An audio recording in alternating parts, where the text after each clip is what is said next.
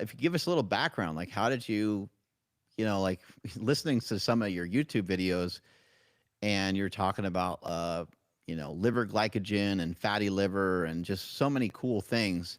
I was really floored by the information, especially because a lot of the information that I'm starting to consume right now is some of this stuff is new for me. The sugar fasting and the sugar diet and the Ray Peat and the Hmm. Ray Peat I've been aware of for a while, but I didn't really realize how dead on he was with some things until a little bit more recently. But stumbling upon your stuff, I've been like, holy shit, this is incredible. So yeah, how did you learn some of this? And also, what's your name? I always just call you Amplified Vitality. Yeah. Tim Berzins is my name. I mean, I started nutrition in college. I was in nutritional sciences is my bachelor's of science degree. But honestly, like I learned some of the basic biochemistry stuff there, but most of it was stuff that I learned afterwards by being curious, by doing my own research, diving into it. And like the way that I like to view nutrition in general, or like health and physiology in general, is very much about finding data points that we know are true, like mechanistically or just the way that things work within the body, and then creating this constellational map that we can kind of like view all of them together. Don't deny any data points. Like I think keto and fasting and all that stuff has some really cool health benefits as well. I don't deny any of those sides of things. I want to look at the big picture and then try to see if I can understand, oh, you're having digestive issues. Why is that? You're having sleep issues. Why is that? What's the underlying piece? Where does it connect? And Ray Peat was huge for that for me. Like the framework that he was able to deliver was something that just like sparked a new level, a new height for me. Now, I don't agree with like everything he says. There's certain things that I definitely moved away from. But in general, in the large, scheme of things, like everything he said was awesome. And so yeah, so that led me down the rabbit hole of like continuing to explore and finding that like liver glycogen was a huge, huge piece. Fatty liver is a huge piece. Part of that metabolic syndrome, insulin resistance, inability to lose fat, all of that is kind of this. It's a related physiological connection there, and I think like that was kind of what sparked all that.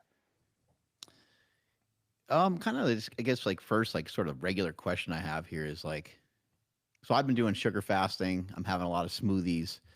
Um, and obviously the smoothie, like I have frozen fruit in there, so like the smoothie itself is cold. But I'm freezing my fucking ass off on this diet. Oh yeah. um, yeah, like I know that Ray Peat would he was seemed like he was encouraging people to eat foods that made him like hot, or Hmm. made the person like body temperature feel warm. Any ideas on why I'm experiencing that? I mean, I know again the fruit is frozen, but it just kind of seems like throughout the day I'm a little bit colder than normal, and it could just Hmm. be the cold fruit. But yeah, have you heard much about that before? Sure. Yeah. So is this new, or when you first started it, did you also feel cold, or is it just something you're noticing a little bit more recently? Um, I think I've noticed it the whole time the whole time I've been doing the diet, but it may be a little bit more recently. I mean, more Hmm. recently I have had more luck with losing body fat. So when I first started it, it was like a little trial and error and trying to figure out the actual diet and what to eat and what not to eat and so forth. Hmm. And so yeah, maybe a loss of body fat and stuff like that. But Hmm. it literally kind of sometimes feels like I just got out of a cold plunge. Interesting. Yeah. I mean, there's definitely like when you first.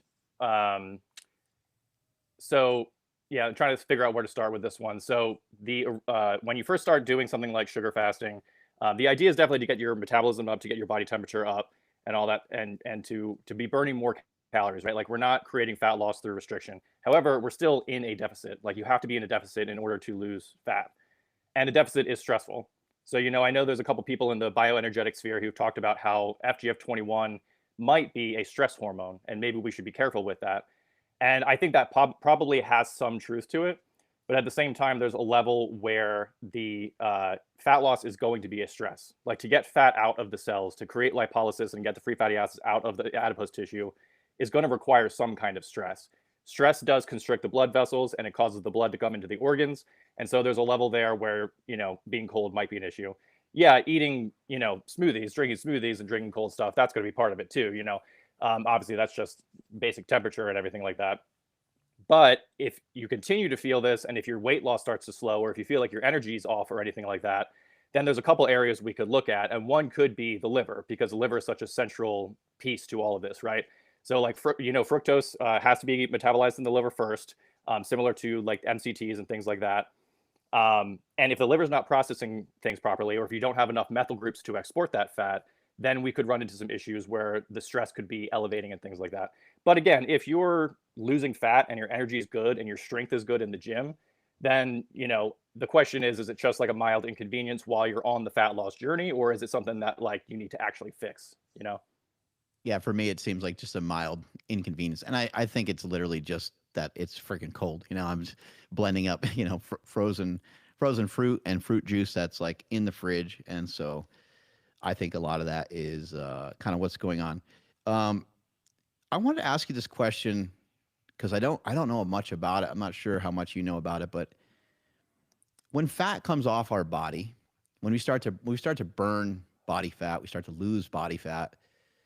I have heard people talk about how the stored fat that we have is basically whatever fats that we've eaten in the past, or at least that's my understanding of it. So, hmm unfortunately, if you ate a lot of French fries, then you got French fry fat on your body.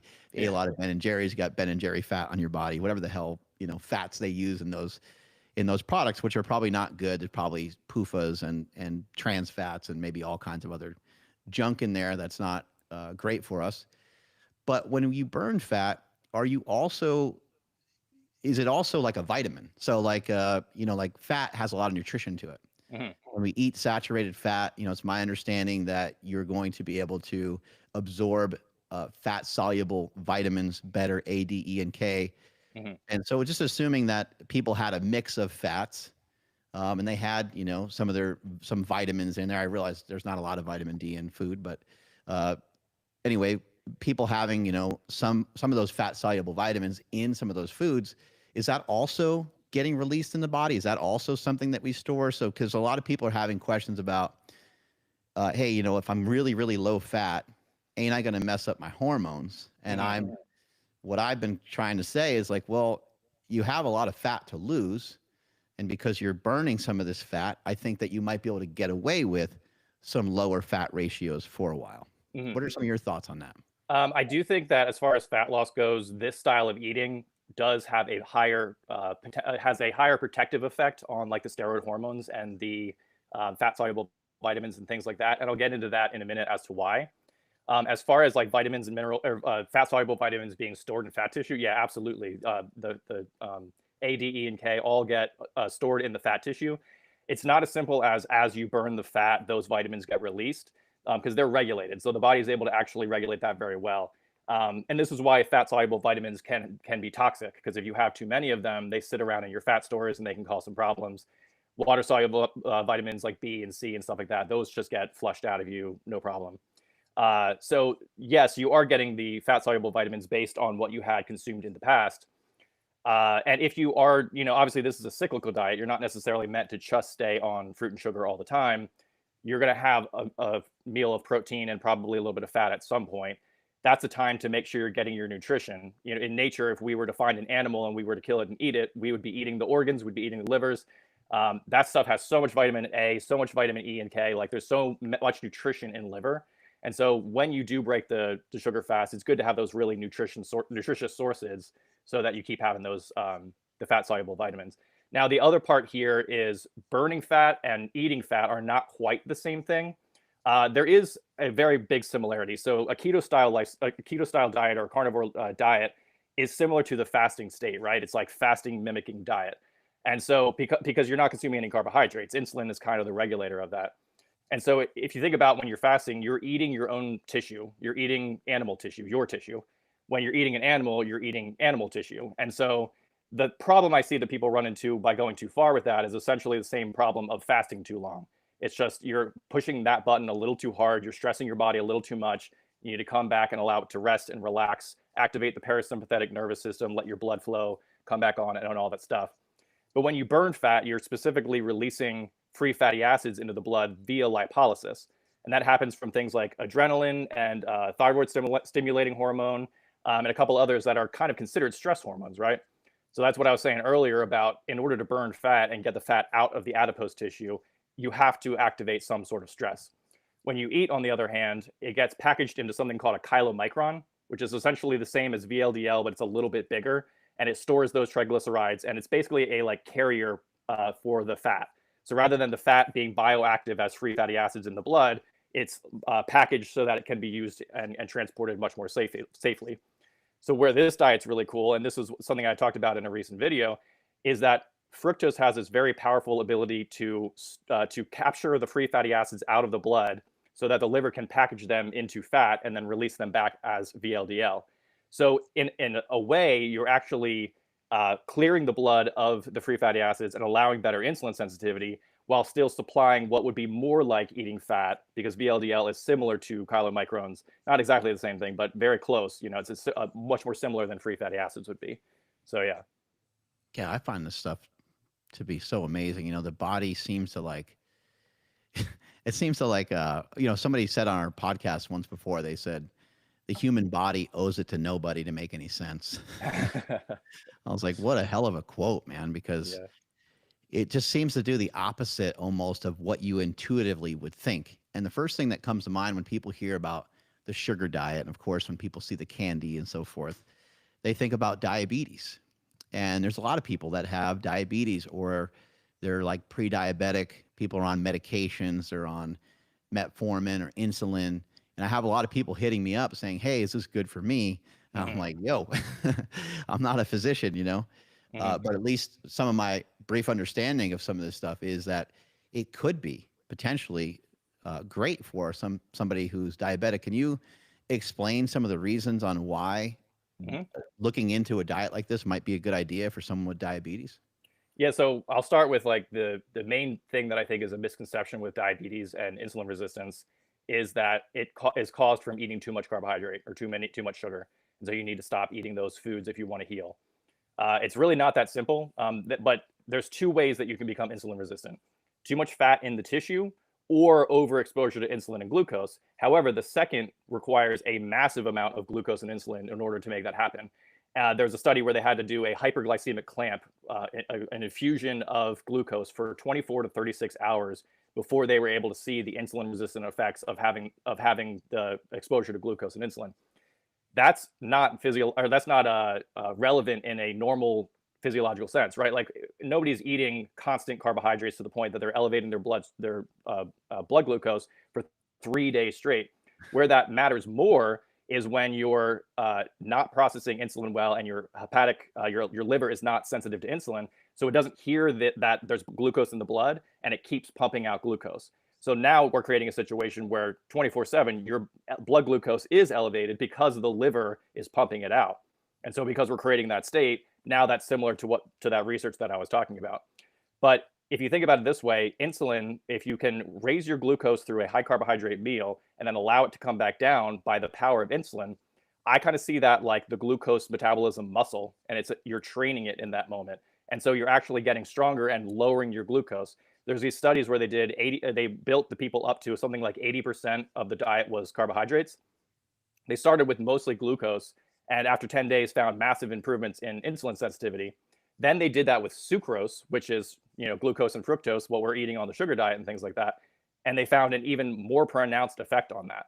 And so there is definitely a lot of potential here in this diet for healing from diabetes. I've had people, I'm working with one guy right now who his fasting glucose is insanely high, and he's doing mostly sugars, and it's just coming right down. Like weekly, we're seeing the numbers dropping and dropping and dropping.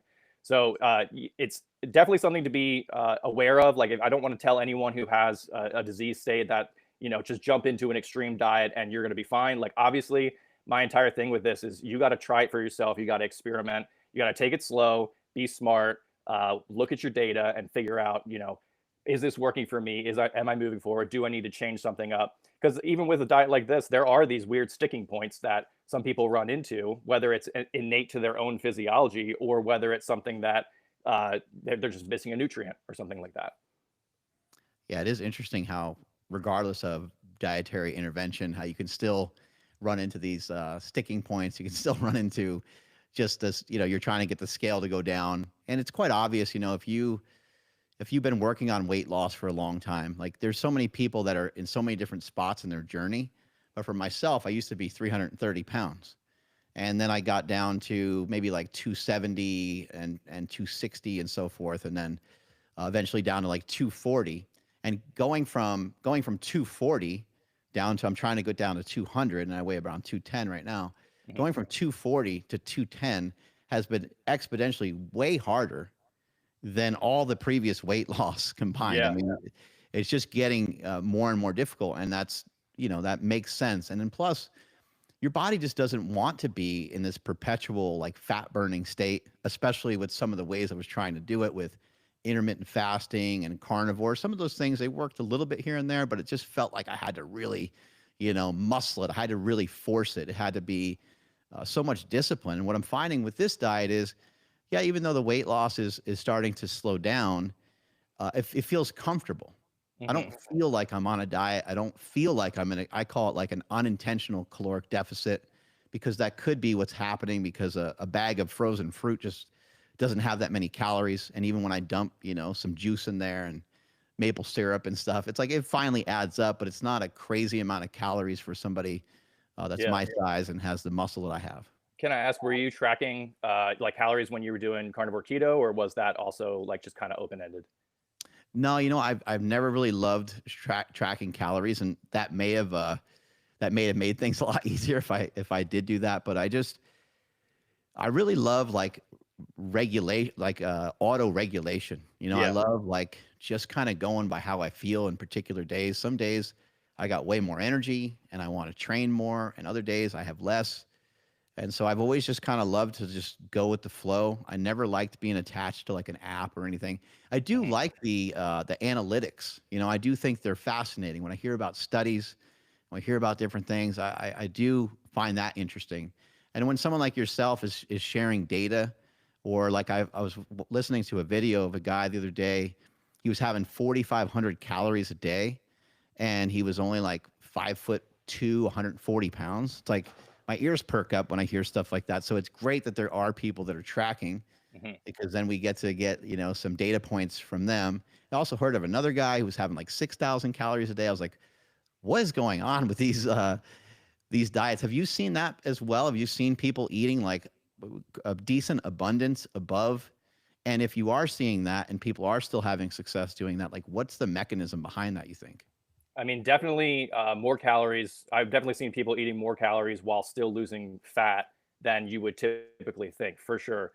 I think those are maybe more extreme cases of the individuals who might be doing like 4,000 or 6,000 calories, but maybe not. I mean, if your liver's healthy and it's working well, and this diet is you're able to hit that many calories and still lose fat, then why not, right? Like that's a better way to do it than restrict, because you're not stressing the body in the same way. When you're, again, like I said before, keto carnivore is very much mimicking the fasting state. And again, there's lots of good things about the fasting state. I'm not saying that's bad. It's just that making sure that you're balancing it. The body does still need carbohydrates, even though it can make its own. Having more carbohydrates is even better.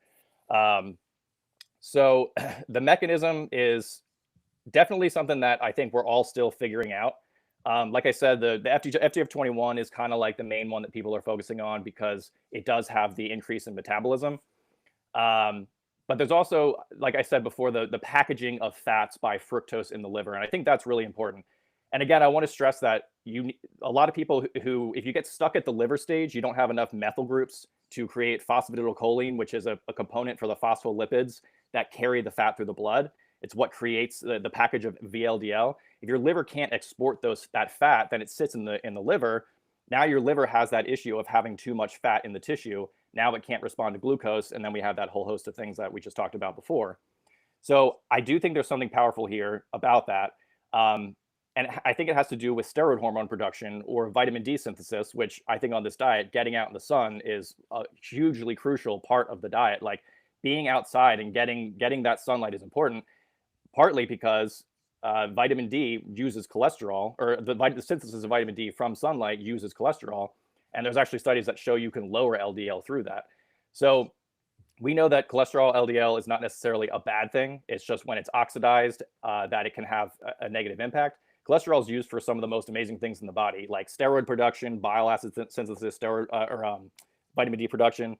And so because the fructose, if it's being exported from the liver and we're creating that LDL, and we're able to use that because our thyroid is higher and our vitamin A is higher, we're creating more steroids, we're having more of the youth hormones. That's like pregnenolone, progesterone, testosterone, the things that keep us young, resilient. They're indicators to all the cells in your body that we can stay a coherent organism, because that requires a higher level of energy. I mean, literally the thing with, if you think about like cancer metabolism, the cells are not able to produce enough energy to feel safe and relaxed. They're only able to use the cheap energy source. They can't use oxygen. And that's why they have such a prolific nature, because they're trying to they're not able to actually perform all the functions they need in order to have like a safe baseline.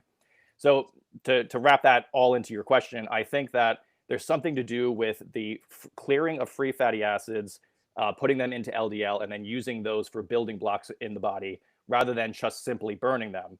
And I think that's in addition to the FGF21, which is increasing our metabolism. And I kind of see it like, like eating carbohydrates, and especially fructose and glucose, which have those powerful effects. It's almost like spinning a top. And every time that you you're eating those carbohydrates, you're adding more momentum to the top. And while you're adding the glucose in and you're spinning the top faster and faster, you might not be burning as much fat because you're burning the carbohydrates. But then when you stop burning the glucose, when you're done charging up the top, it's still going to be spinning really, really fast. And because it's spinning really fast, now your body's going to be churning out fat because it's the secondary source that it has available to it. And so if we think about it like that, then we can understand that these carbohydrate feedings are boosting the metabolic rate and then allowing fat loss to happen in between the carbohydrate feedings. What about some people that are maybe utilizing some TRT or maybe utilizing some like oral steroids?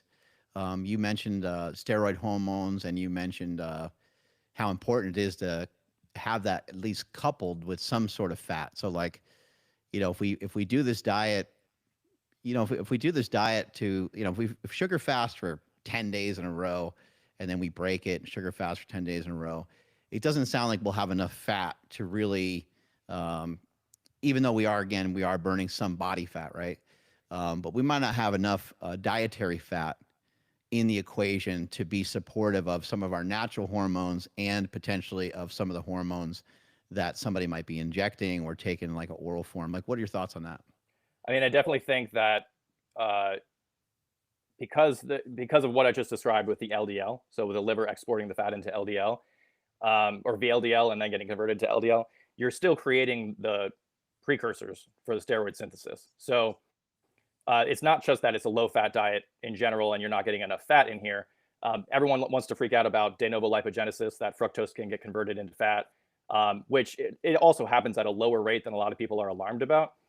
But it's not that far off from just eating fat in the first place. And it's actually more energetically expensive. So converting fructose into fat requires more energy. You could just eat that fat and then it's the same fat in your body. The only question is if it gets stuck in the liver. And again, as I said, as long as you have enough methyl groups, then that's not an issue. So taking exogenous steroids, I would be curious if that would lead to a greater increase in LDL, because the end product of that reaction would prevent it from flowing through. And so you kind of be like adding to the end of the stream, so to speak. And so maybe you would have like higher LDL in the middle part of it. But that's just a guess. I'm not entirely sure on that one. That's interesting. So Yeah. potentially, because somebody is maybe a little higher in this LDL, they might not need to consume the same amount of fat. That's kind of my assertion, yeah. And again, like when you're in a fat loss diet, in general, there's some level of stress. There's some level where you're not going to have as much production as if you were in a maintenance or in a surplus. If you reverse diet somebody up with a lot of glucose and fats, then the libido is going to be higher. If you're trying to lose fat, it's going to be a little bit lower. That's just kind of part of how it works. But I think that this diet maintains you a lot better because of that conversion into the steroid hormones. Yeah, you want some good sex drive, eat some pizza. Yeah. Yeah. Unfortunately, right? Like everyone's trying to get in shape, and then it can mess up so many other things.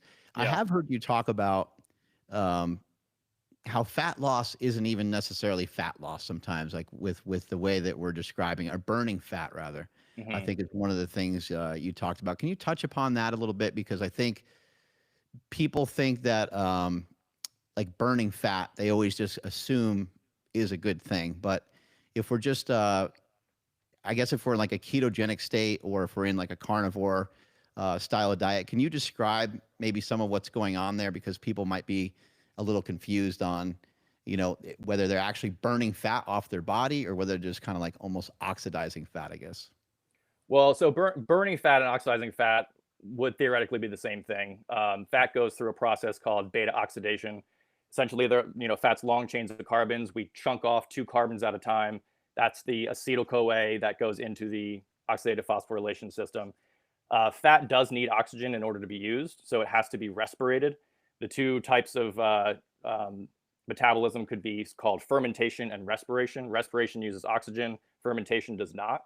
So glucose can be fermented or it can be oxidized.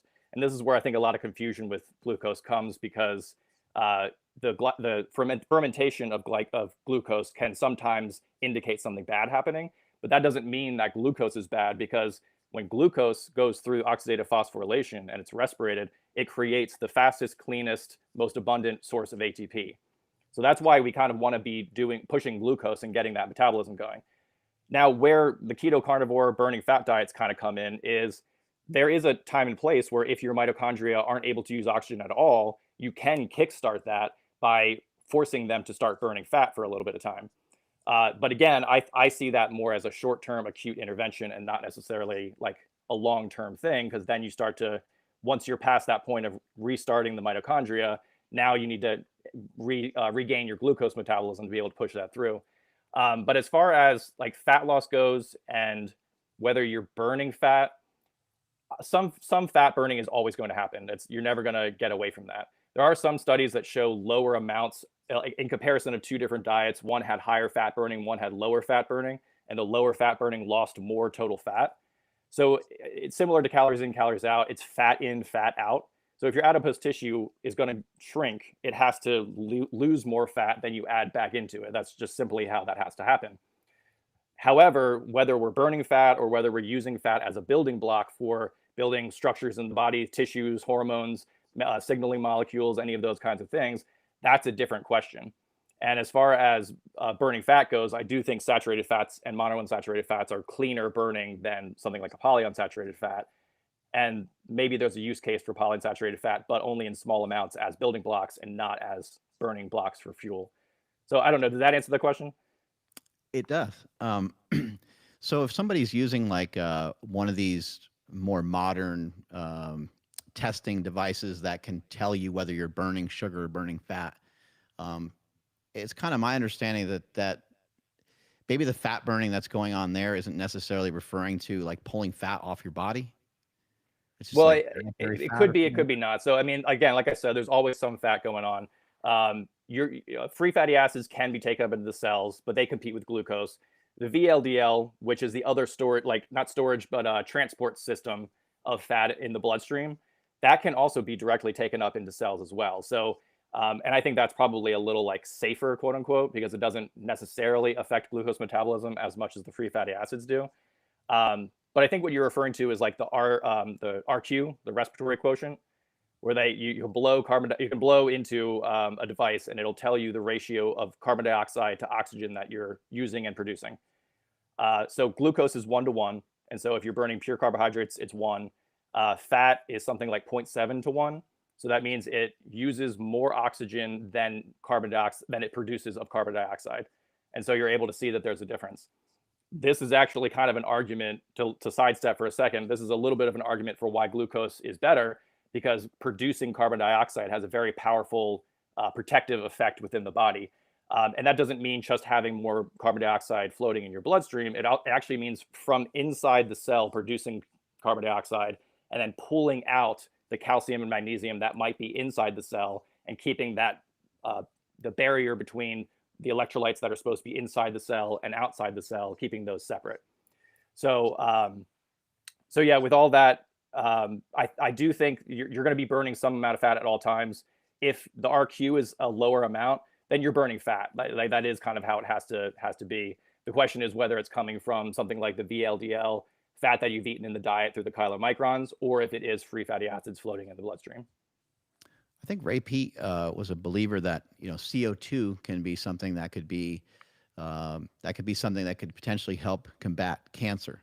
Mm-hmm. And cancer is something else that pops up along with glycation. We can get to the glycation in a second, but When it comes to cancer, a lot of people think that sugar can be something that like drives cancer or causes cancer, but my understanding is a little different. My understanding is that cancer likes to run off of glucose, right? And it likes to run off of glucose, but that doesn't necessarily mean that cancer is caused from glucose that we're consuming.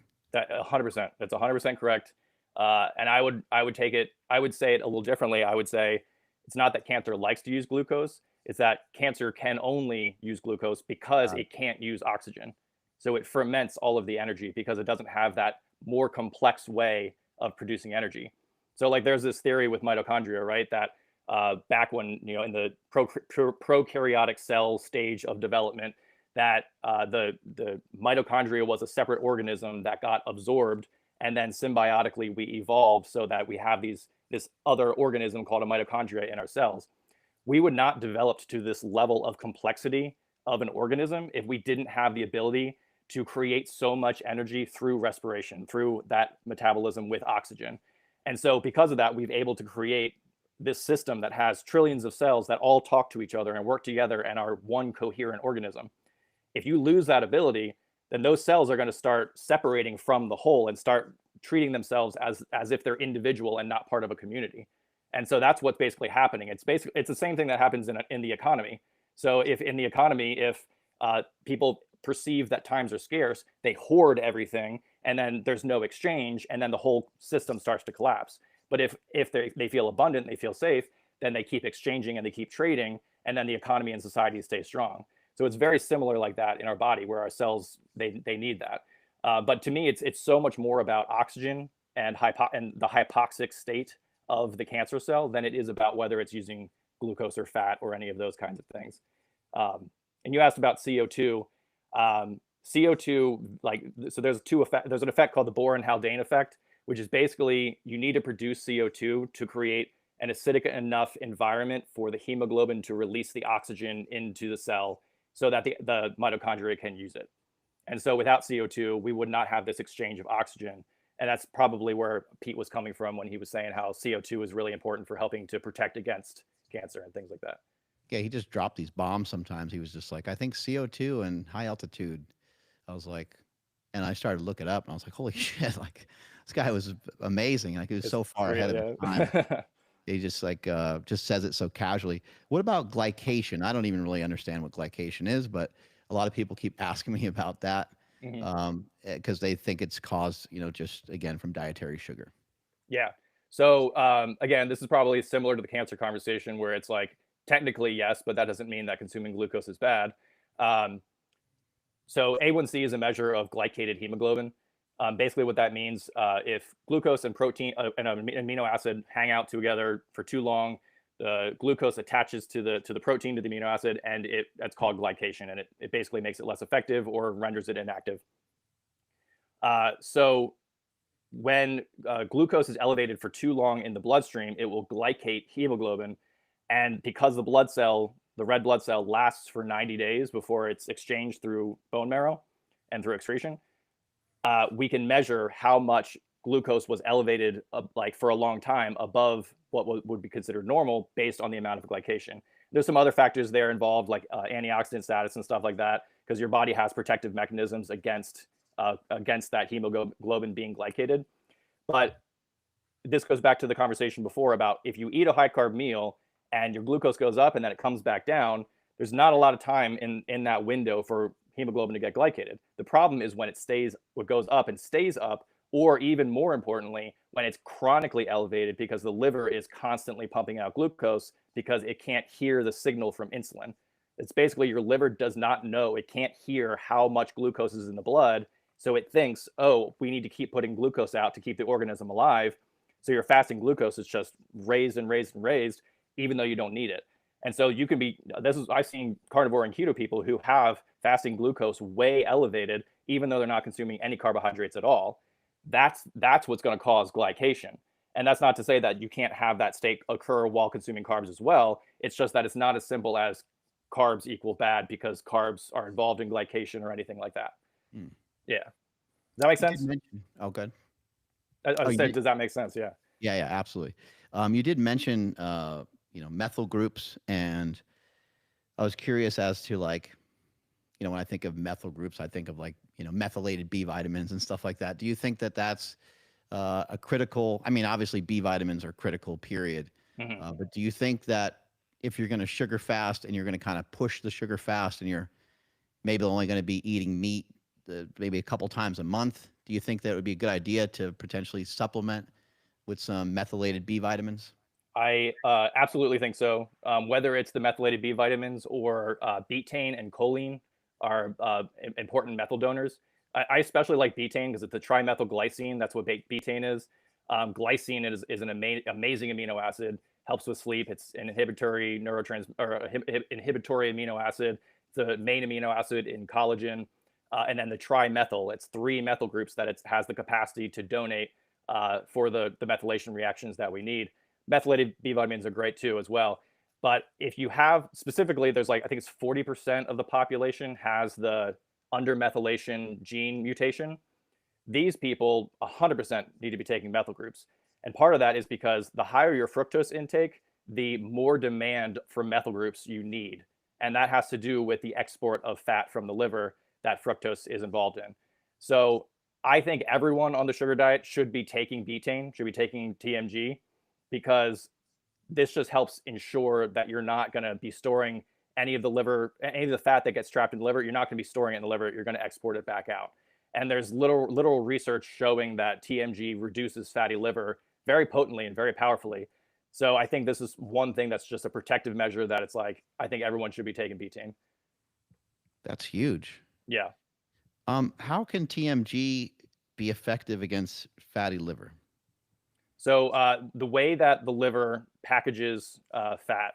So I've talked about this in a video. I'll do a quick little recap right now. Hey, In by the way, you got to yeah, get going. You got to get going on your videos, man. yeah, Like, yeah. I'm dying for you to produce more videos, and like they're coming out too slow. You took way too long of a break, and I uh, see all the comments too. People are like, "About damn time! Like, where'd you go?" yeah, you got to build excitement, you know. Yeah, that's right. That's right. No, Yeah, no. take a 7-year break. Yeah, exactly right. Yeah. Um, no, so the in yeah, so fructose in the carbon tracer studies, they find that the majority of the fat in the liver comes from free fatty acids. So what that means that even when we're consuming fructose, it means that we're soaking up those free fatty acids from the blood. Those free fatty acids can get trapped in the liver. So what the liver, in order to export it, needs to create phosphatidylcholine so that it can create the phospholipids that are basically the protein bubbles. So it exports fat from the liver, it exports it into VLDL, which is a protein bubble that allows it to float in the aqueous solution that is our bloodstream, right? So fat and water don't mix. So we need some way to transport it. We have a protein bubble that has it's hydrophilic on the outside, hydrophobic on the inside. That's where triglycerides are stored. In order to create that, we need methyl groups and we need phosphatidylcholine. And so by supplying these methyl groups, you're basically just giving the substrate that allows the liver to take whatever fat it has and put it back out in the bloodstream so that that fat can be used by tissues, but also so that the cholesterol that it's created can be used for the synthesis of all those other amazing things we talked about: bile acid, vitamin D, steroid synthesis, cell structure, and all that good stuff. I sometimes get confused when I hear, Ray Pete or the Petarians talking about polyunsaturated fats because I'm like, isn't like fish oil polyunsaturated fat? So can you maybe clear that up? Was he against fish oil, or like what's wrong with PUFA's polyunsaturated fatty acids? Yeah, he was very against fish oil, like very, very against fish oil. That was actually the one of the pieces that I could never quite reconcile, because there is a lot of really good research around fish oil and its improvement in a lot of different things. But there is also lipid peroxidation risks and things like that. Essentially, the argument with polyunsaturated fats is, if you think about the chain structure of a fat, it's a bunch of carbons in a row. A saturated fat is saturated with hydrogen atoms, which means that there's no double bonds because all the bonds of the carbons are taken up by hydrogens. As soon as you unsaturate them from the hydrogens, you create a double bond between the carbons. So a monounsaturated fat has a single bond. Polyunsaturated fat have multiple double bonds. Double bonds are weaker and more able to be oxidized and broken apart than single bonds. And so it makes these fats a little more fragile and a little less able to be stable, especially when exposed to those things break and create free radicals and the peroxidation byproducts that we know in the research. The peroxidation byproducts are just terrible. There's so many negative health effects from them. The benefit of those double bonds, though, is that they are more flexible and they're able to stay liquid at lower temperatures. So salmon swims in very cold environment and its fat doesn't solidify. Coconut oil is solid at our room temperature. If their veins were filled with saturated fat, they would just freeze up and they wouldn't be able to move. So they need that fluid fat, that polyunsaturated fat. That's part of the research argument of why we quote unquote need polyunsaturated fats, because it keeps the structure of our cell membranes more fluid. But that argument doesn't really make any sense because our bodies are 98 degrees, right? So our bodies are warm enough to keep fats liquid. We don't really need to worry about that too much. But the polyunsaturated fat argument, especially for the omega-6s, we've never consumed this much omega-6. Like human history, we've never consumed this much. There's the mark of the addition of soybean oil into our diet is the same time when heart disease and diabetes and all these other diseases went up. Too much omega-6, that's the inflammatory polyunsaturated fat, just has a lot of problems associated with it. The omega-3, on the other hand, seems to have better health outcomes. But the way that I've sort of started to reconcile this is the difference between burning fat and using fat as a building block. And so what I mean by that is if you're consuming a small amount of omega-3s and your body's using that to build eicosanoids, maybe using it to build cell structures, signaling molecules and all this other stuff, then you're not burning it. The problem with burning polyunsaturated fats is it's going into the mitochondria and being exposed to heat and oxygen. That breaks the double bonds, causes free radical damage in the mitochondria. That shuts the mitochondria down. Now you can't produce energy as strongly anymore. So we don't want to be burning polyunsaturated fats. However, we could use polyunsaturated fats as building blocks. And so I think a tiny amount might be okay. But again, you definitely want to make sure that you're not consuming enough that would really make that an issue. This is also an argument for eating more carbs, burning more carbs, so that you're not burning a ton of fat all at once. I mean, you can imagine someone who had like 20 years of eating a high seed oil, high omega-6 diet. And like you said earlier, the last 4 years of your diet reflects the fat stores in your body. So your body's all these omega-6 fats. Now you go on something like a fast or a keto diet and you're just only burning fat. And it's all these omega-6s just running through the mitochondria, breaking, creating all this oxidative damage and just destroying your respiration. That's like an extreme case, right? But you can see where like that would be a problem that would limit a lot of people. You're mentioning MCT oil earlier, and I find MCT really interesting. A friend of mine kind of believes that he thinks MCT and fructose independently or even together, he feels that they help amplify FGF21. And you mentioned MCT having to go to the liver first, which is interesting. I don't know if I've ever picked up on that before, so that's interesting. But yeah, what do you think about that? Like, does fructose kind of help stimulate the metabolism? Do you know if it stimulates FGF21 and same thing with MCT? Yeah, so it definitely seems like the core stimulation of FGF21 is a reduction in protein. So that's like the start line. But then I think it is about the amount of energy production in relation to the lower protein intake. And so because fructose is unregulated in its metabolism, because MCTs so quickly supply fuel for the liver, I do think it's like you're creating a lot of energy all at once while protein is low. And so I could see where there would be a connection that would stimulate FGF21 even more. You know what I mean? There's also an interesting thing here too about FGF21 because it stimulates the uncoupling of proteins, which produces heat, or I mean the uncoupling of energy production, the uncoupling of ATP. So basically it's like FGF21 brown fat, right? It just produces heat. It doesn't produce any energy. And that's kind of a question about like if it was a stress hormone and the purpose of FGF21 was to give you energy to make you go find protein, then why would it be releasing heat? Why would it just be releasing heat instead of using that energy to create to create ATP, right? To create the usable energy of the cell. It's a question that I've had, and it's, all of this stuff with FGF21 is kind of new in the conversation. So there's always these interesting curiosities out there, right? Yeah, I think a lot of this stuff is like incredibly fascinating. John Perillo, he's the one that put MCT oil on the map. People might not know this. He had a product years ago called Captri. I mean, this is probably 30 years ago. It's actually one of the first supplements I ever bought when I was a kid, because the guy at the uh, nutrition store was like, "Hey, if you use this fat, it helps burn fat or something like that." Yeah. And I was like, "Sure," and I tried it out, and I actually liked it. And so I've actually been utilizing MCT oil on and off for a very long time, and I just always found it to be useful.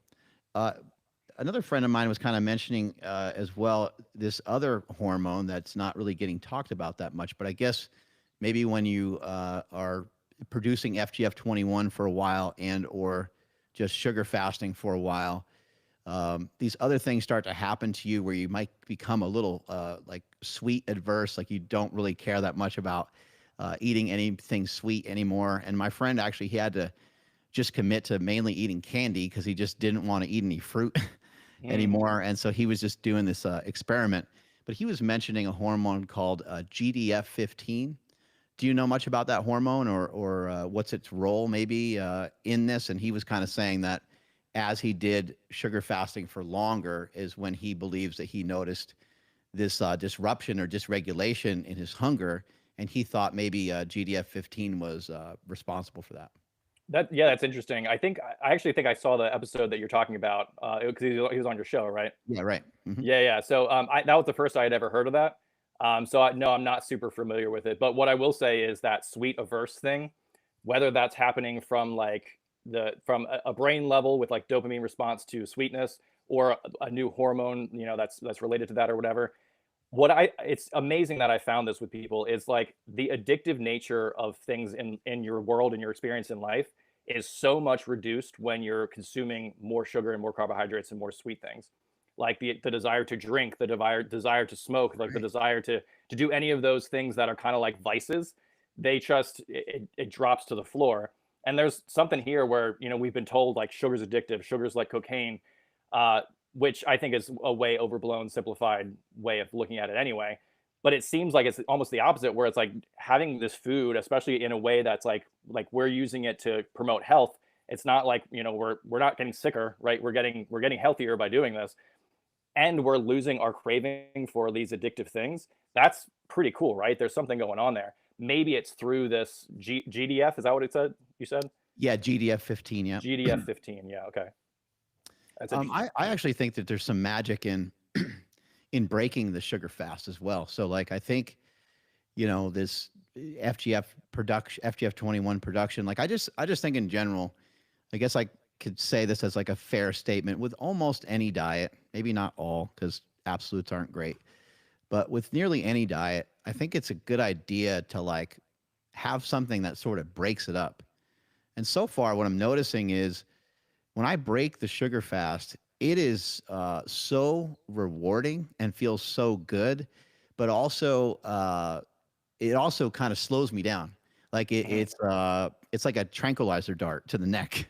Yep. It kind of tires me out, but I like that feeling because I just do it, every couple days, and it's in the evening, and it's like when I'm unwinding, and will fall asleep like a baby. And so I'm utilizing lean meat and starch to break it.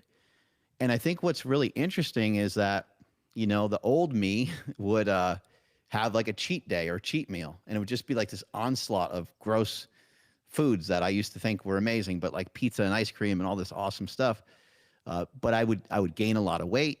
I would be tremendously gassy. The next day, I would be on the toilet a bunch. Like it was just a nightmare. And as I got older and as I matured, I understood like, yo, that's not that's not a great idea for multiple reasons. And then the cheat day became way more reasonable. But now my cheat is like a lean piece of steak or some chicken breast or chicken thigh and maybe like a teriyaki bowl or something like that.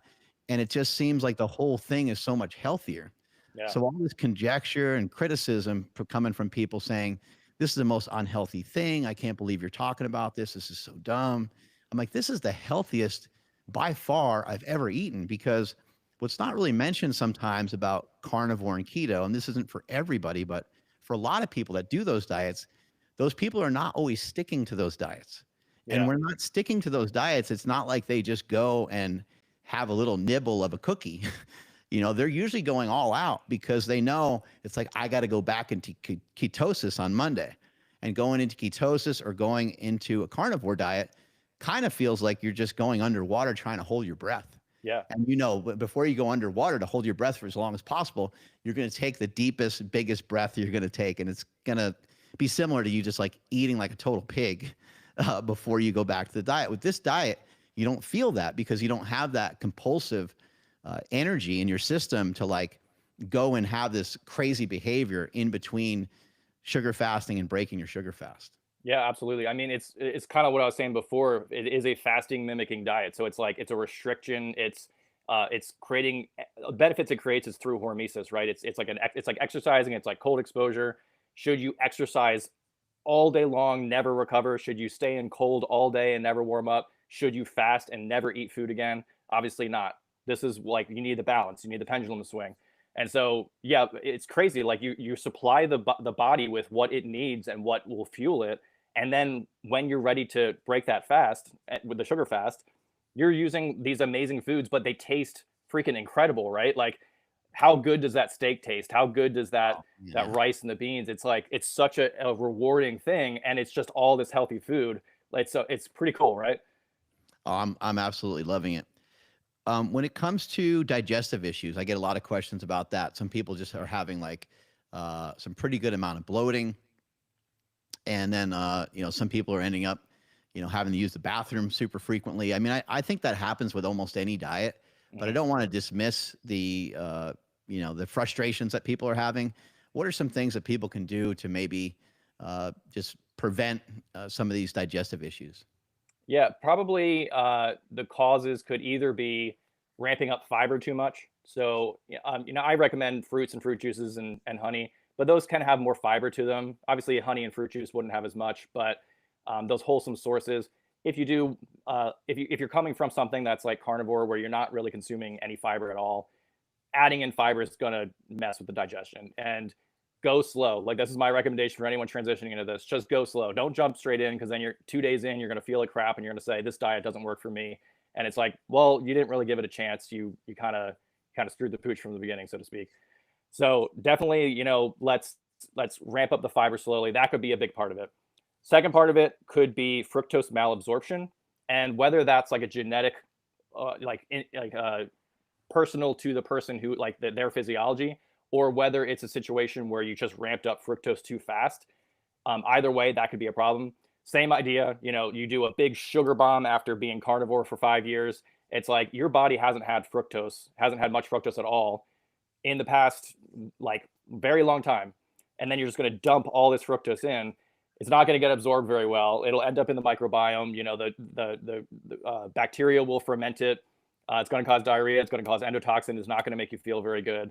The GLUT5 receptor that takes up fructose actually responds to intake. So over a couple days, the expression of GLUT5, which takes up glucose to allow it, or I mean, fructose to allow it to enter into metabolism, that requires a buildup, a ramp up of time in that. The last area that I would see is maybe just microbiome shifts, right? So like if you wanted to take a good probiotic, that's probably going to ease the transition. And because you're eating more fiber, it's just going to actually help that a little bit more too. What are some considerations that we have towards maybe like hydration? The way I'm looking at this in my head, I'm like, oh, we're just hydrating from the other side now. Like, because if you do keto or carnivore, a lot of times you're blasting salt and putting salt on Mhm. your food and so forth to try to keep up with the fact that you're kind of in a perpetual dehydrated state because you don't have any. A lot of people aren't eating many carbohydrates when they're doing those diets. So, what should be something that we consider? Do we need to consider some sort of balance with salt and calcium and so forth to kind of keep everything as healthy as possible? Yeah, so we're definitely consuming more potassium, which can be a good thing, right? Because we're not consuming. Most people don't consume enough potassium as it is, but fruits obviously very high in potassium. Uh, The refeeds, I think magnesium and calcium, there are some in fruits, but I think like the big refeed meals when you're having your meat and everything, this is why I recommend having the really nutritious sources, your starches, your liver, your organ meats, all that's going to supply those nutrients that you need.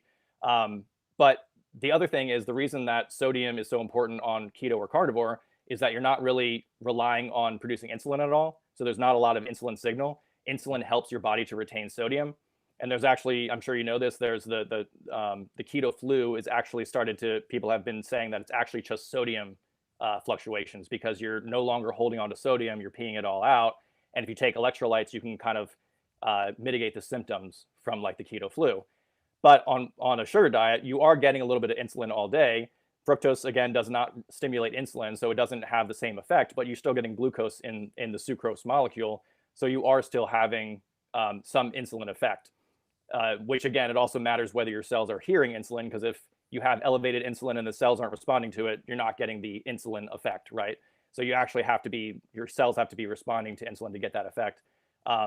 So because of that, you can salt fruit. If you just add a little salt to your fruit, it actually tastes really, really good. It kind of has like, it's like its own electrolyte combo because it has potassium and it has sodium together.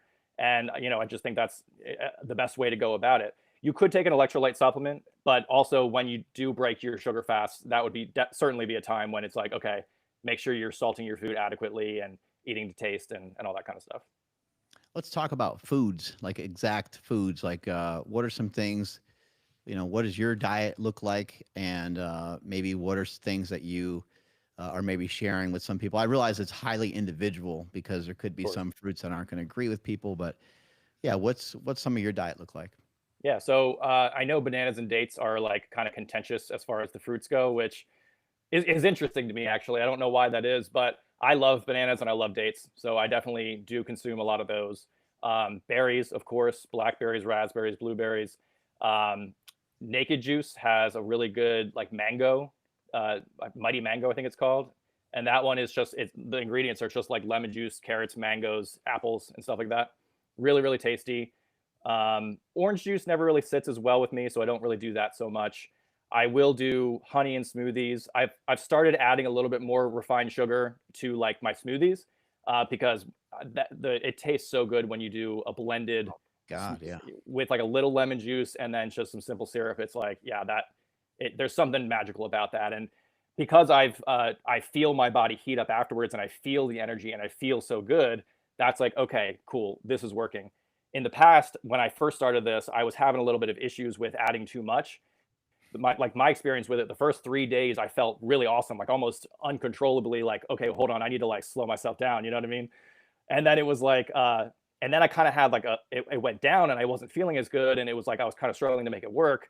The TMG was a huge change for me, like supplying those methyl groups to the liver to allow it to export. Now it's like ramped right back up. It's like as soon as I have sugar, I'm warm, I'm active, I feel that energy boost. I start losing weight again. Without the TMG, without the methyl groups, weight loss stalled, energy stalled. Like I even felt a little bit depressed. Probably all connected to the liver and fatty liver. So yeah, so that's probably what the majority of my diet is during the day. I actually I break the fast every night because I like to have some meal at night. I haven't really broken into the multiple sugar day fasting thing. Maybe I'll try it at some point, but I haven't done it yet. When I break the fast, I'll basically just have a good dinner. I like to cook. We have like a lot of good recipes that me and my fiance make. We have we'll do steaks with potatoes. We'll maybe roast up some beets with that. I'll do chicken and rice, like a chicken rice bowl or something like that.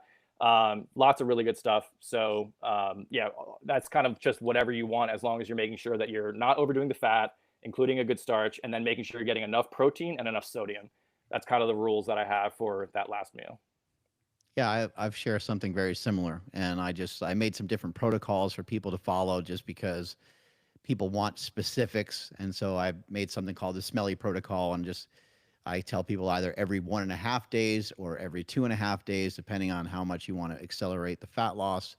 That's when you would break your sugar fast, and you would have lean meat, starch, vegetables, and then I'll usually tell them on the weekend maybe you can let off the reins a little bit and go ahead and have sugar fast like through the morning, And then post workout, because so many people that listen to me they love to train. I'll say, that's when you can get more starch and get lean meat and stuff like that. I think when it comes to starches, when it comes to things like bananas that have a little bit more starch, obviously the more yellow or the more brownish that a banana starts to become, the more sugar that it has. Mhm. So that's something to consider. And dates, I haven't had a problem with dates. I've been eating like I love dates. I can't even believe uh, how good they taste. They're absolutely amazing. You put it in the refrigerator, and it's almost like little like frozen chunks of honey. Like the sweetness is like next level. Oh, I It haven't just tried makes that. me think like when it comes to like, nature, uh, just how amazing nature is because all the high fructose corn syrup, all the things that big food has tried to do are just simply things that are trying to mimic maple syrup and honey and Mhm. things like dates that we have. It's really extraordinary when you really think about it. But if you want to have your starches, I was going to say, placing them after your workout to me makes a lot of sense because my understanding that starch needs insulin, and you would be taking advantage of kind of this post workout window that you have where your insulin is probably raised a little bit, right? Yeah, absolutely. So, and it's especially augmented with endurance training. So, like after you train, uh, and there's two sides to this. So, if you let's say you do a resistance training workout, you're contracting the muscle, stimulating protein synthesis. The exposure to insulin is actually very anabolic. So, at that time is a great time to be signaling that anabolic signal for the muscle because you just worked out. But each individual muscle contraction more potentiates the GLUT4 receptor, which is the receptor on the muscle cell that allows the glucose to come in. It potentiates it to move to the surface. So when you do an endurance kind of cardio kind of thing, you are multiple repeated contractions, for like way more volume of contractions than a resistance training workout. And so you have much more GLUT4 expression, which is why cardio can be so good for insulin sensitivity. It just sucks up that glucose. It doesn't even need insulin at all. And so it just gets that glucose back into the muscles, which is an interesting thing that I've started to notice too.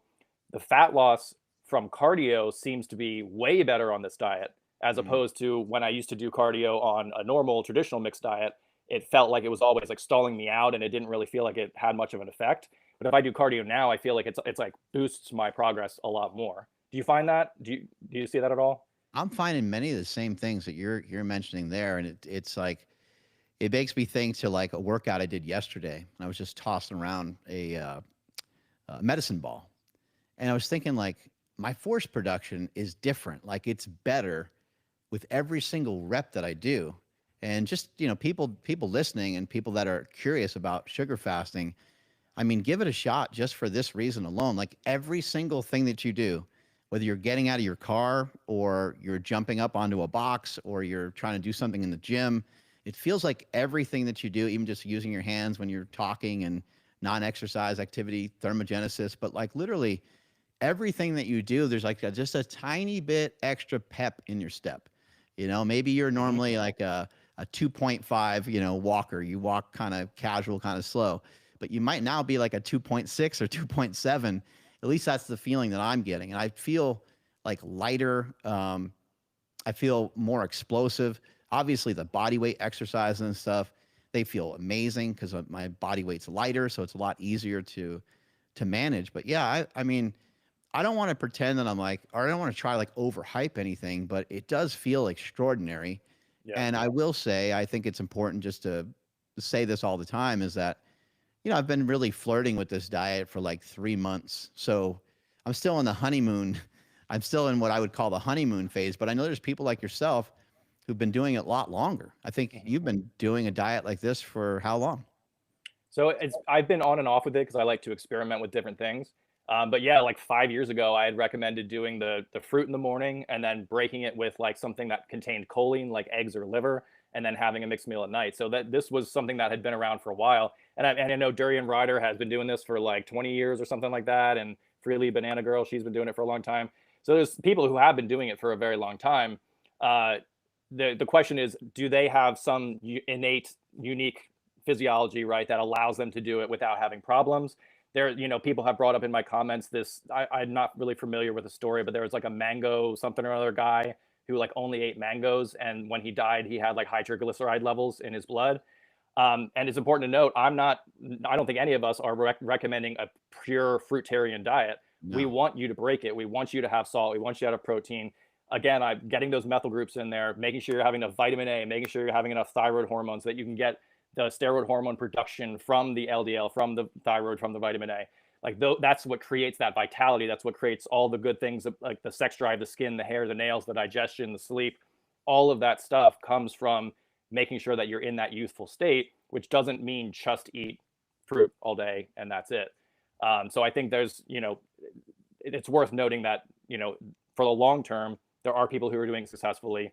We're not saying only eat this food forever. We're saying splice it in here and there, experiment with it, see how it feels. One of my friends, when I started doing this, I had him try just one day, right? You're going to go work out in the afternoon. This one day, just have a bunch of fruit in the morning. Like when you're hungry, just eat some fruit, have some honey, have some fruit juice, go straight into your workout. He was like, dude, I have never had that good of a workout. He was like, I was like pumped up and I had so much energy and I just felt so good. And it's like, okay, cool. Something good is happening, right? If that's happening, something good is happening. Maybe we can have a conversation, a nuanced conversation about like, okay, is that sustainable? Do you need to be supplying other nutrients? Is it having some long-term effect? But you can't deny that if you're feeling that good on something so natural, that something good isn't happening, at least in the short term, right? With some of your diet, mentioning that you're basically having some sort of meat, once a day. I'm sure maybe even after dinner you're eating something extra, but still probably staying fairly healthy. When it comes to the fat consumption around, where are you at in terms of like your grams? Usually, are you trying to stay below a certain amount, 50, 60? Like, where do you think your fats are? Yeah, so probably, I mean, some days I don't really track right now, but probably some days like pretty damn low, like maybe like 20 to 30 grams. And it's not like I'm purposely trying to do that other than the general, make sure you don't overdo it. It's just that when I have that big meal, I want the starch, I want the protein, and basically fats are just tag-alongs. Like I might use a little bit of oil for cooking veggies. I might have avocado if I'm doing like a rice bowl or something like that. But I'm not adding all this extra oil and everything like. So it's pretty much, I'd say 20 to 30 grams on the days that I'm strict sugar fasting for the majority of the day. If I train, I might break sooner. I might break the fast a little sooner and have a little more protein. But usually I'll keep that lean anyway. So. And you mentioned liver, and you mentioned choline a couple times, so I think it's important to talk about that. Obviously, liver is like nature's multivitamin. It's just packed with so many different things. Are you actually eating liver, or are you using liver supplement? I try to eat liver. It's kind of one of those things that it's like, it doesn't taste the best all the time. You have to find ways to make it taste better. I've done it before where I've whipped it into a pate. Most pate recipes use like a ton of butter, and so it's you don't want to do that obviously. Right. But that's a better way to consume it, I think. So I'll consume liver here and there, but otherwise I'll either use supplemental forms or I'll make sure that I'm getting the nutrients that I need through other foods or through supplementation. But I try to eat as much liver as I can, and not more than once a week, but probably more like every other week, something like that. Yeah, I need to bring it back in. The way that I would do it, and it was a little bit of a pain in the ass, because liver's like it's like slimy and stuff. Like it's weird, right? But I would slice it pretty thin, and I'd put it in the freezer, and then when I'd pull it out, I'd pour like a little bit of maple syrup on it, which sounds weird or crazy, and then I would pour like a little bit of salt on it, and it was just unbelievable. So you just let it thaw just for a little bit. You have it sliced really thin, and it's like I don't know why, but the flavor of it is so different at that point. It's not as offensive. Liver can kind of have an offensive taste Yeah. to it. I know some people also cook it with like onions and stuff like that, which I'd never tried, but that would probably be pretty good too. Yeah, and I think I've tried it where I've like breaded it before and stuff like that. And I've heard milk washing. So basically, just put it in milk for a day and let it kind of sit in there. It pulls the Interesting. iron out, and I think the iron is the thing that gives it that like real off kind of flavor. Right. Whether that changes the nutrient profile, I'm not sure. So that'd be a question. Mm. And what do you think the role of choline is in all this? Just again, liver health? Yeah, liver health, export of fatty acids, the fat that's trapped in the liver, similar to betaine. So choline and betaine have similar uses there, but they act through different mechanisms, but it's the same end result. Betaine is more of a methyl donor. Choline has another pathway that it creates that phosphatidylcholine. But all of that is basically to make sure that the liver stays lean. And it's amazing when you look at some of the research on something as simple as TMG in fatty liver and how much it can just reduce it completely. There's another one that's a little further downstream from the methyl groups, which is polyenyl phosphatidylcholine. It's a form of phosphatidylcholine that you can supply directly. And that also helps to reduce the amount of fat that's stored in the liver. Now, the result of that is probably that you're going to have a little higher LDL and VLDL, a little bit higher triglycerides in the blood. But because the liver is healthy and because you're supplying enough carbohydrates to keep thyroid high, and assuming that you're eating enough vitamin A, that LDL can be used for the synthesis of steroid hormones. And high LDL to me is more of there's a block in the stream rather than it being there's something, something wrong with LDL itself, right? LDL is an amazing compound. You just got to use it. And if your body's not using it, that's the question. Why is my body not using it, right? I think this diet is like just insanely fascinating from many different perspectives, but I actually feel like I would be able to gain like a lot of size and strength off of it. I mean, right now I'm still trying to like pull body weight down, still trying to pull like last little bit of body fat off. So it's been a real kind of pain in the ass, but you're looking lean though, man. Yeah, thank you. You're looking lean, yeah. I was working out the other day and I was, kind of in the middle of a workout and just had this pump going. I'm like, I feel like it would be super easy to get way bigger off this diet without really a ton of effort, just because the amount of circulating glycogen. And, a lot of people have questions about losing muscle mass on this diet. And that's something we haven't touched upon just yet in this interview. So I'd love to hear some of your experience with that and like the different people you've been helping over the years. Have you seen people like, have you had to tell people like, hey, I think we actually need to break the sugar fast more, or you actually need to consume a little bit more protein so you're not breaking down any muscle tissue? Yeah. So like I said, my go-to routine is more to have that nightly meal. Mm-hmm. I just kind of like the flow of that for your day. It kind of makes every day a little bit more like habitual and routine. So because of that, people are going to be having a little bit of meat and protein every day anyway. It blew my mind. And when I first started reducing protein, it blew my mind because I was like, I can't do this. I'm coming from the fitness space. Like I need to hold on to my muscle. What's going to happen to my muscle? I've had days where I'm just multiple days in a row of consuming like 30 or 40 grams of protein, which is lower than I would recommend for most people, but still like very low. And then I'll go in the gym and my strength is completely the same. I'm looking bigger or I'm looking leaner and I'm not having any of those issues with muscle loss. So to me, the thing that really made the switch for me, the thing that helped me understand it, is that the training stimulus is such a bigger component to muscle growth than the protein side of things. And your body gets used to whatever protein level you're having, and it will recycle proteins and use them very efficiently if you're eating much less of them. The question is, are you getting stronger in the gym? If you're getting stronger in the gym, even on a low protein diet, then you're going to be growing eventually. And that doesn't mean that strength and size are 100% correlated, but in general, for most naturals, for most people, you're going to be growing if you're getting stronger. And so it just blew my mind how little protein I would need. So the people who I work with, it's mostly usually more beginners, people who have like metabolic issues to begin with. Healing your metabolic issues is going to be so much better for your physique than focusing directly on how many calories am I consuming. Like I need to go do my cardio, I need to do this. If you're doing it from a healing sense, your body's going to be healthy on the inside. And while it's not always true that healthy inside or healthy outside looks like a healthy inside or whatever that thing is, in general, that is true. If you are healthy, you're going to have a glow to yourself. You're going to have the higher progesterone, higher DHEA, higher testosterone. You're going to look more feminine, more masculine. You're going to look younger. You're going to look more attractive. That's what we're going for, right? So healing is the first step. Once you're healed, now the organism has this. You have these levers you can pull now. Now you can stress a little bit in this direction for a little while to maybe lose weight and then pull back and heal. Stress in this way to grow muscle, pull back and heal. The problem is we're stuck in these diet ideologies where we go one direction and we just stay there forever and we never break it. And then we're just pushing that button a little too hard all the time. Yeah. So I think cyclical diet and stuff like that is very important in that sense. You bring up an interesting thing because, for myself, probably because of when I kind of came into this and I learned a lot of this stuff from Cole Robinson. You bring up something really interesting. It's like you're eating you're eating protein, every day. So your protein is more spread out. My protein is a little bit more sporadic, but I'm doing something very similar to you. So it almost makes me think like maybe I should just, and this is where I started with the diet too. I started doing what you're doing, where I had lean meat and starch every day. And it is just way, way more enjoyable.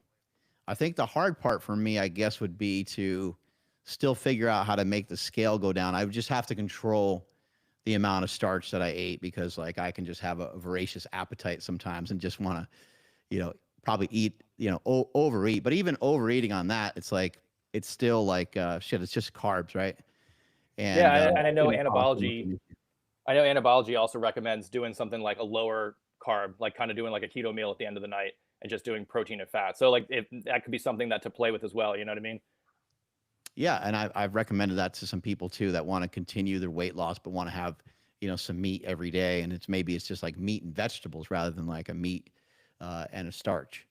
Um, the last thing I wanted to finish on is like, what are the pitfalls? What are the negative side effects of this diet potentially, especially for people? And I know that you're not necessarily promoting people going days and days and weeks, just straight sugar fasting, only eating, fruit juice, honey, maple syrup, sugar, and candy perpetually. But what are some of the pitfalls you think that you would see from some people that are only eating those like six foods for multiple days, maybe even like 2, 3, 4 weeks, or maybe even 2 or 3, 4 months? Hmm.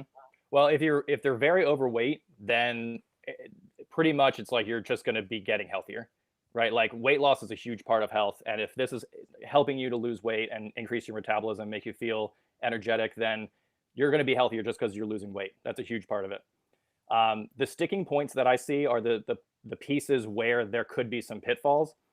The first one, being with absorption. If you're not absorbing well, if your microbiome's off, if it's causing you digestive issues, this is something we need to look at, right? We don't want to be producing endotoxin from letting that fructose go to the microbiome. We want to be able to absorb it. So maybe that means ramping up slowly. Maybe that means consuming more whole fruits and vegetables so that it slows the transit time and allows them to absorb a little bit better. If it is absorbed, the second thing would be the liver, making sure the liver is exporting the fat so that it stays lean, so that it can still process insulin and glucose, and so that you're not getting higher fasting insulin or higher fasting glucose levels because of the insulin resistance in the liver. The way that we do that again is by the betaine, the choline, phosphatidylcholine, the polyenyl phosphatidylcholine, whatever it is, to make sure that you're exporting that fat well. The third place in this stream that we're describing that could be an issue would be a raise in LDL. That means that your body's not using LDL. Do you have a thyroid issue, or is there something that you need? Maybe you need to have more starch to consume to get the thyroid up. Maybe you need to reduce some sort of stress or some sort of specific thing that might be holding the thyroid down. Are you consuming enough vitamin A? Because if you have all those, the LDL should be getting used up and turned into the steroid. Are you getting enough sun? Sunlight will lower your LDL because it's used to create vitamin D. So this is an area where we could have some problems here that we could look at. And then the final maybe would be, a very surface level one, which would be maybe you get sick of it after like 30 to 60 days of just doing sugars and fruits. Like maybe you're like, okay, I need to eat, you know what I mean? I need to have like a substantial meal that kind of, like you said, slows you down, gives you that kind of peaceful, like relaxed parasympathetic state, rather than kind of being ramped up on energy and like feeling like you're going all the time, which is what sugar does. And that's why I've mentioned this in videos too. It's like people are like, oh, well, you're only burning fat because you're moving more. And it's like, well, you want to move. You're inspired to move. You feel like you're like, I can't just sit here. I got to go mop the kitchen, or I got to go, paint my room upstairs. Like I got to do something because I just can't sit here. And it's like, that's part of the benefit of it. So many people that I've worked with coming from again, the carnivore keto space, and I'm not trying to hate on them because there's plenty of good things that come from that space as well. I'm just saying that a lot of the people do come to me from that space saying they have low energy and poor sleep and all this stuff. For them to be eating in a way that they're inspired to go move and that they actually want to go out and do all the tasks that life is asking them to perform, that's incredible. Like that's a life-changing thing for them. So something good is happening. It's really powerful, and I think like that's a huge benefit of this diet. That it's just it's life-changing for a lot of people, for sure. Have you seen like markers of health improve from a blood work perspective, either for yourself or the people that you help? And in addition to that, do you think that sugar fasting could be a intervention that someone could use to maybe amplify their thyroid? Yeah, so I haven't done blood work myself recently. I do need to get on that so I can actually see like where I'm at with everything. But I know for several clients, their fasting glucose going down or glucose tolerance tests are better. That is indicating something really good happening. That's like the core of metabolic dysfunction. And so, if there's something else going on as far as some other blood marker being elevated, we'd have to look at that. But again, as long as your liver's healthy and if your insulin sensitivity is improving, then your liver is healthy because that wouldn't be happening if your liver was still insulin resistant. You wouldn't be seeing fasting glucose go down. So like those markers are definitely good to see. And then what was the second question you asked? Just whether people are able to sort of amplify their thyroid or optimize their thyroid. Right. So yeah, carbohydrates so important for the thyroid conversion. The thyroid gland itself um, releases mostly T4, a little bit of T3. The liver and the kidneys convert most of that T4 into T3, and that requires glucose, fructose, carbohydrate. Higher glycogen stores in the liver definitely do that. Help to create that conversion. Couple really cool studies on some animals that showed higher fructose had an enlarged, like the thyroid gland itself was larger, and Oh, it had more thyroid activity. It was actually producing more of that. So I think that there's something here that's kind of interesting around that as well, which could possibly explain why fat loss seems to be better on this diet. I don't know if that's tied to FGF21 in some way, but I mean, if you have higher thyroid and your metabolism is better, and you feel like you want to move, you're sleeping better, you're warmer, then it's like, okay, that might be thyroid, right? Thyroid might be higher. very cool. Thank you so much for your time today. Where can people find you? Yeah, so my channel is Amplified Vitality on YouTube. I also have an Instagram that only has one post right now, but I'm trying to get that going. So I'm going to be posting there a little bit more frequently. You can also DM me on Instagram if you want to any advice or you want to like chat or just whatever. Um, and then soon I'll be having an X account. I have a Patreon. I have a Patreon account that you can go check out. Same name, Amplified Vitality. And I'm actually planning on starting to do some more exclusive videos on there. So maybe doing like YouTube once a week and then have throughout the week 2 or 3 other videos. So that's not out yet, but it will be. But you can go to the Patreon and subscribe if you'd like. And yeah, I think that's the majority of it. But I'm very active in the comments on YouTube as well. So if you go watch any of those videos and you have any questions or you have some ideas or concepts that we might be able to have a cool conversation. Some of how I learn and grow is just by having conversations with people and being open and being curious and just diving into it. Awesome. Thank you so much for your time today. Really appreciate it. Yeah, awesome, man. Thank you. This is great. Cool. I think you might need to just hang out for a minute as it like finishes recording or whatever or loading. Yeah.